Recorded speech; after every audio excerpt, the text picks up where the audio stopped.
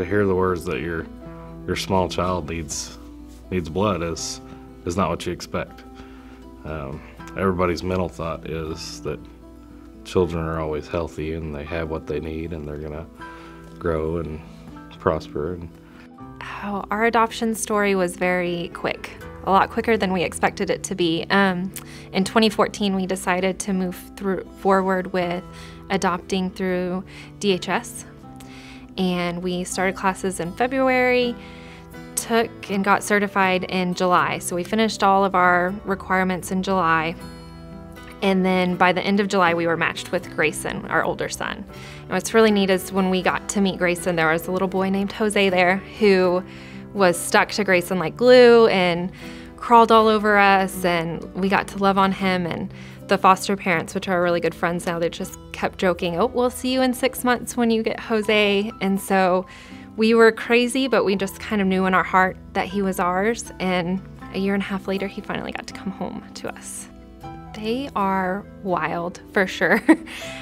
Grayson is very rambunctious, but if you get him to slow down, he's very nurturing. He worries about everybody and he wants to know what's going on. He's very analytical. He wants to know how things work and how exactly everything fits together. Jose is just courageous and self-confident, and he knows what he wants, and he's very stubborn, so you know he will fight for it. Jose definitely loves superheroes. About a month after he came home, his babysitter had an Iron Man costume. He pretty much put it on every day when he got there and was Iron Man all the time, and that's all he wanted to talk about. We were actually on a family shopping trip in September when we noticed that Jose had some bleeding from one of his ears. And we weren't sure, he was 3 at the time, so I was like, did you stick anything in it? We talked through it, but he was super energetic. I kept going through everything in my mind. He's super energetic, he's not lethargic. But we took him to the doctor because bleeding is definitely not normal. And so we went to the doctor for the bleeding, and she noticed he had some bruising that wasn't normal on the back of his legs, places where I knew little boys get bruises all the time, but I never thought about, well, he's not gonna hit the back of his calf on something, so he had a big bruise on the back of his calf. He also had a growth on one of his lymph nodes behind his ear that an ENT had previously told us was just a cyst, and we actually had scheduled a surgery for the next month to drain that. And so the pediatrician just kind of put it all together and was like, well, we're gonna send you for a CBC, get his blood counts. And so from there, we kind of knew something bigger was happening.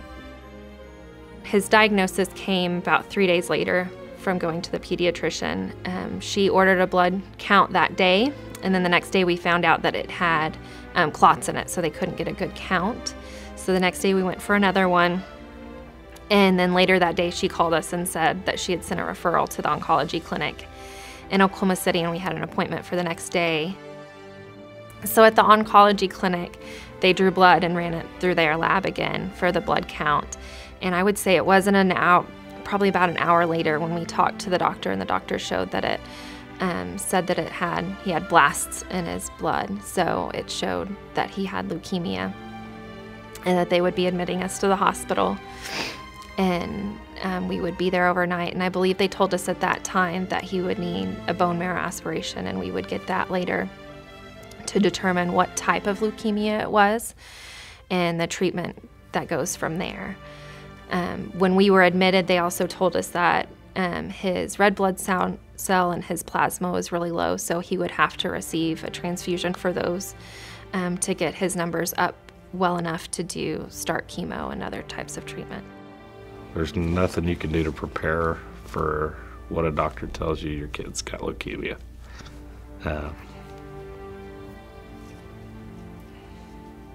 Care how strong of an individual you think you are, you're not.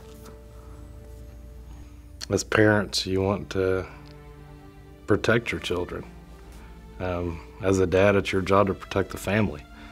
And that's something that's kind of out of your hands when your child goes through treatment and receiving blood and platelets, which we've taken both.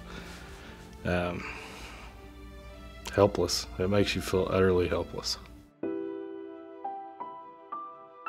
He very quickly showed us that he wasn't scared of what was going to happen. He had been used to being in and out of the hospital from when he was younger, and so he wasn't ever anxious about going.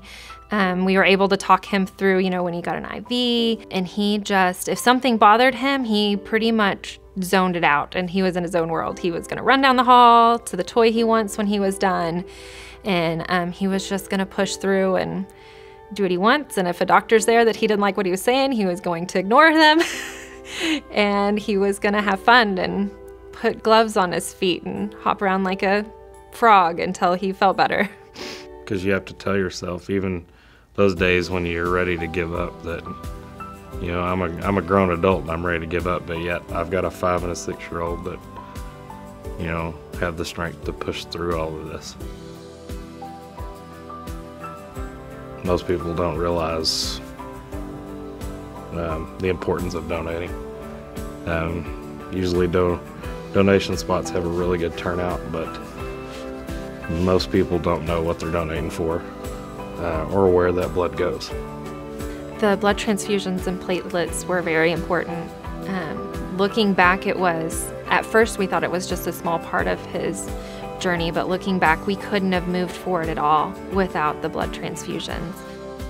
Along with other things as far as the medicines and stuff with his treatment, blood has been a pretty vital, important part. Without that, he wouldn't be here. We try to make life as normal as it can be. God will pull you through it whether you want to or not. So I was definitely not ready to go through this. Christina's kind of the binding that holds us together and keeps our sanity. This diagnosis was huge for our family. Jose had only been in our family for about 4 months at that point. We had known him for a year and a half before that, but as far as being with us full time and us still trying to build that bond between all 4 of us and getting my older son acclimated to the new changes was a big deal. And so to throw a leukemia diagnosis in there was very huge. It definitely turned it upside down. We had no routine, which we clung to very desperately with adoption, as the only thing that was steady for them was our routine, what we could do every day, that they could count on us. And at that point, I felt like they couldn't count on anything from us. We couldn't promise them we would be home. My older son still today has a really hard time with us leaving, because we would go to the doctor and he wouldn't know. He would be at school and something would happen and we'd end up being admitted for 2 to 3 days. And it was very hard, and it was very hard for me to know how to mother them through that and make them feel secure and safe with us when I couldn't tell them exactly what was going on or what to expect. You still have to tell yourself there's a reason that this is happening. It's out of our control. It's in his hands. It's out of ours. And we have to trust that, God's going to push us through. And he has. And if anything, we've become a closer, stronger family for it.